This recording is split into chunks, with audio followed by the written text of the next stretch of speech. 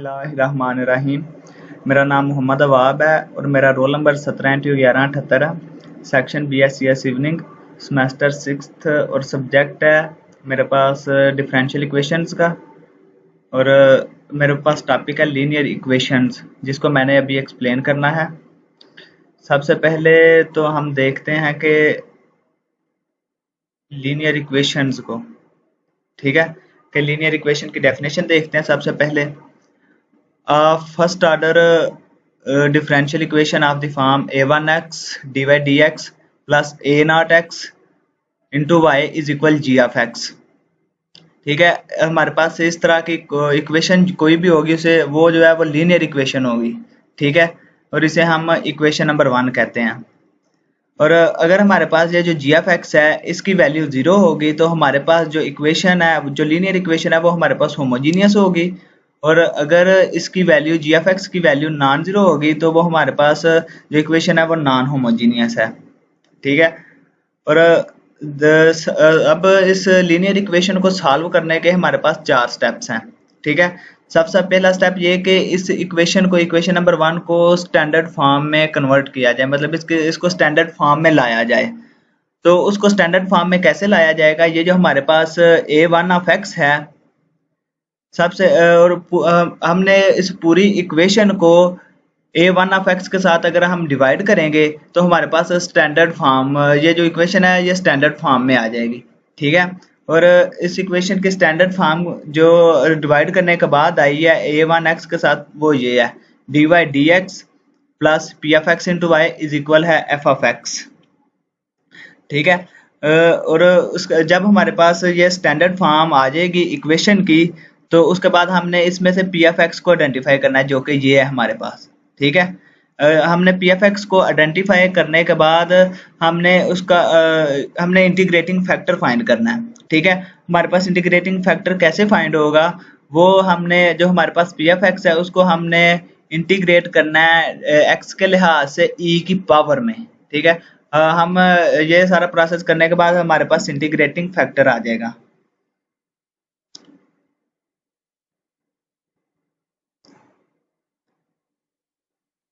हमारे पास integrating factor आ गया,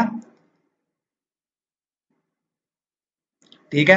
और इंटीग्रेटिंग फैक्टर के बाद हमारे पास जो तीसरा स्टेप होगा वो होगा multiply standard form of equation with integrating factor.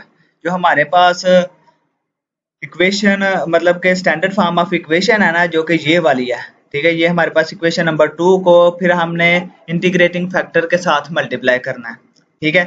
उसके बाद हमारे पास फोर्थ स्टेप ये है कि हमने जो हमारे पास अब इक्वेशन आएगी उसको हमने उसके बोथ साइड्स को हमने इंटीग्रेट कर लेना।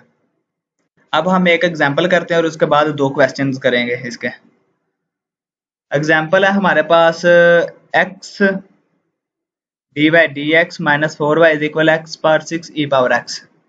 सबसे पहले तो हमने इसको स्टैंडर्ड फॉर्म में लेके जाना है। वो कैसे? हमारे पास जो a1x था उसकी वैल्यू है x, ठीक है।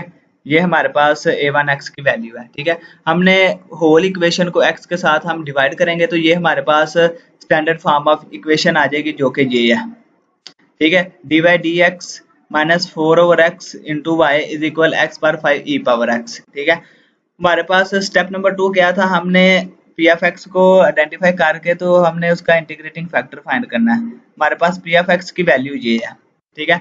हमने 4/x का मतलब पी एफ एक्स हमारे पास ये, हमने अब इंटीग्रेटिंग फैक्टर फाइंड करना है। वो कैसे होगा? हमने ये ई की पावर इंटेग्रल में माइनस 4/x dx, हम इसको इंटीग्रेट करेंगे तो हमारे पास ये वैल्यू आएगी इसकी ई की पावर माइनस 4ln x, ठीक है। और हमारे पास रूल है कि जो ln x के पीछे वैल्यू होती है वो x की पावर बन जाती है, जो कि ये वैल्यू बन गई है ई पावर ln x माइनस 4, ठीक है। अब हमने मल्टीप्लाई और हमारे पास ये आ गया ई की पावर ln x माइनस 4। जो ln है वो ई के साथ कैंसिल हो जाएगा और हमारे पास इंटीग्रेटिंग फैक्टर जो आएगा वो आएगा x power minus 4। Step number 3 है हमारे पास multiply equation 1 by integrating factor. अब हमारे पास ये जो इक्वेशन 1 स्टैंडर्ड फॉर्म है ना, इसको हमने इंटीग्रेटिंग फैक्टर के साथ मल्टीप्लाई करना है, जो कि x पावर माइनस 4 है। इसके साथ हम इसको मल्टीप्लाई करेंगे, वो हमारे पास इक्वेशन जो ऑब्टेन होगी वो ये है, स्टैंडर्ड फॉर्म को इंटीग्रेटिंग फैक्टर के साथ मल्टीप्लाई करने के बाद। और ये इक्वेशन जो है ये और ये इक्वेशन जो है ये सेम है, मतलब कि हम इस इक्वेशन को, ये जो इक्वेशन है हमारे पास, इस इक्वेशन को ऐसे भी लिख सकते हैं, ये जो इक्वेशन है। ठीक हो गया। उसके बाद हमारे पास फोर्थ स्टेप है कि हमने इस इक्वेशन के बोथ साइड्स को इंटीग्रेट करना है। अब इंटीग्रेट करना है, इंटीग्रेट करने के बाद हमारे पास जो वैल्यू आई है वो ये आई है। ठीक है। और उसको हमने सिंप्लीफाई किया तो हमारे पास y की वैल्यू निकल आई है, और ये हमारे पास लीनियर इक्वेशन जो ये सॉल्व हो गई है। अब हम चलते हैं अपने एक क्वेश्चन की तरफ, हम एक क्वेश्चन सॉल्व करते हैं इसका। ठीक है। ये हमारे पास क्वेश्चन है dy dx is equal to y plus x square plus 5। इसको हम थोड़ा सा सिंप्लीफाई करते हैं तो हमारे पास ये आ जाएगी, इक्वेशन की फॉर्म आ जाएगी। और ये हमारे पास पहले स्टैंडर्ड फॉर्म में है, मतलब ये कि स्टेप 1 करने की हमारे पास हमको ज़रूरत नहीं है क्योंकि ये पहले स्टैंडर्ड फॉर्म में है। और अब हम स्टेप नंबर 2 करेंगे कि हमने पी ऑफ एक्स को आइडेंटिफाई करके इंटीग्रेटिंग फैक्टर फाइंड करना है। हमारे पास जो पी ऑफ एक्स है वो है -2, और -2 अब हमने इंटीग्रेटिंग फैक्टर फाइंड करना है। e की पावर में हमने पी ऑफ एक्स को इंटीग्रेट करना है x के लिहाज से। तो वो हमारे पास इंटीग्रेट जब हम करेंगे तो वो हमारे पास इंटीग्रेटिंग फैक्टर जो आएगा वो होगा e की पावर -2x। ये हमारे पास इंटीग्रेटिंग फैक्टर आया। अब हमने स्टेप नंबर 3 में क्या करना है? स्टेप नंबर 3 में हमने मल्टीप्लाई करना है इंटीग्रेटिंग फैक्टर को मतलब के स्टैंडर्ड फॉर्म के साथ। ठीक है। वो हम मल्टीप्लाई करेंगे तो ये मतलब कि हमारे पास e की पावर 2x है, e की power 2x into d y d x minus e की power 2x into 2y is equal है x स्क्वेयर e की पावर -2x, e की पावर -2x के साथ हम मल्टीप्लाई कर रहे हैं होल इक्वेशन को। ठीक है। प्लस 5 e की पावर -2x। ठीक है। हम इस इक्वेशन को इस फॉर्म में भी लिख सकते हैं क्योंकि हमने इंटीग्रेट करना है, तो हम इसको ये वाली जो इक्वेशन की ये साइड है ना, एक साइड मतलब लेफ्ट हैंड साइड, उसको हम इस तरह लिख सकते हैं। ठीक है, ताकि इंटीग्रेशन में आसानी हो। हम अब इसके बाद हमने इंटीग्रेट करना है इसको। ठीक है। बहुत मतलब कि हमारे पास ये फॉर्म आ गई है। अब इस इक्वेशन की फाइनल फॉर्म आई है, इसको अब हमने इंटीग्रेट करना है। ठीक है, बोथ साइड्स को। और इंटीग्रेट करके हमारे पास जो y की वैल्यू आई है, मतलब कि फाइनल इक्वेशन आई है वो ये है।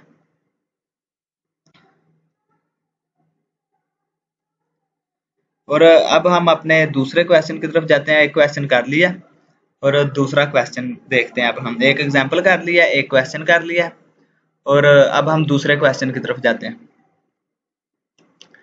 दूसरा क्वेश्चन ये है कि सॉल्व इनिशियल वैल्यू प्रॉब्लम। अब ये कैसे सॉल्व होगा? ये सारा प्रोसेस वही है, सिर्फ लास्ट पे जाके हमारे पास जो इक्वेशन आएगी ना, उसमें हमने ये y(1), ये जो हमारे पास वैल्यू है ना, ये पुट कर देनी है। y की वैल्यू हमने 2 पुट कर देनी है, और बाकी जो भी हमारे पास वेरिएबल होगा उसकी वैल्यू हमने मतलब x वेरिएबल है और हमारे पास उसकी वैल्यू हमने 1 पुट कर देनी है। ठीक है। और उसके बाद ये जो हमारे पास c की वैल्यू आएगी ना, उसको हमने दोबारा अपनी फाइनल इक्वेशन होगी ना, उसमें हमने पुट कर देना है। इसको हम इनिशियल वैल्यू प्रॉब्लम कहते हैं। ठीक है। सबसे अब हम अपने क्वेश्चन की तरफ आते हैं। स्टेप 1 है हमारे पास कि हमने इसको स्टैंडर्ड फॉर्म में लेके आना है। ठीक है। स्टैंडर्ड फॉर्म में हम कैसे लेके आएंगे? ये हमारे पास a1x की वैल्यू है x। ठीक हो गया। हम होल इक्वेशन को इसके साथ डिवाइड करेंगे। ठीक है, लेफ्ट हैंड साइड और राइट हैंड साइड दोनों को।